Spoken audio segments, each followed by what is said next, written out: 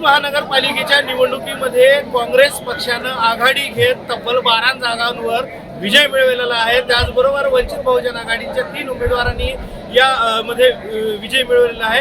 काँग्रेस आणि भारतीय जनता पार्टीची येथे युती होती आणि त्याचबरोबर भारतीय जनता पार्टी हे स्वतंत्र लढत होते, त्याचबरोबर राष्ट्रवादी ही स्वतंत्र लढत होती। लातूरची पाहायचं म्हणलं तर आपण पाहू शकता, हे लातूर महानगरपालिकेचे काँग्रेसच्या जल्लोषाचं इथं सध्या वातावरण आपल्याला पाहायला मिळत आहे। गुलाल उधळून आपल्या नेत्यांना शुभेच्छा देत एकमेका कार्यकर्त्यांनी गळाभेट घेत आहेत आणि एकंदरीत लातूरची परिस्थिती पाहिजे म्हणली तर ते पूर्णतः काँग्रेसचा हे बालेकिल्ला महानगरपालिका समजली जात होती। मात्र एकीकडे जे निवडणुकीमध्ये जे शब्द अपशब्द जे जशा पद्धतीचा जे प्रचार झालेला आहे त्या प्रचारामुळे कुठं ना कुठं तर ह्याचा काँग्रेसला फायदा भेटला हे नक्कीच आपल्याला पाहायला मिळालेलं आहे।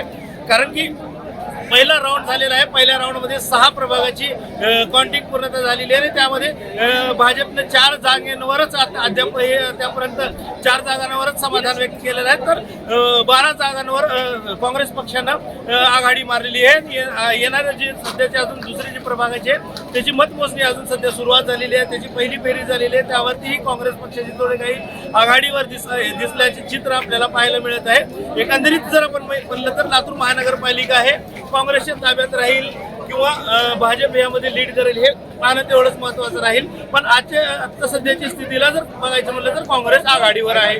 आसिफ पटेल, टाइम्स नाव मराठी, लातूर, महाराष्ट्र।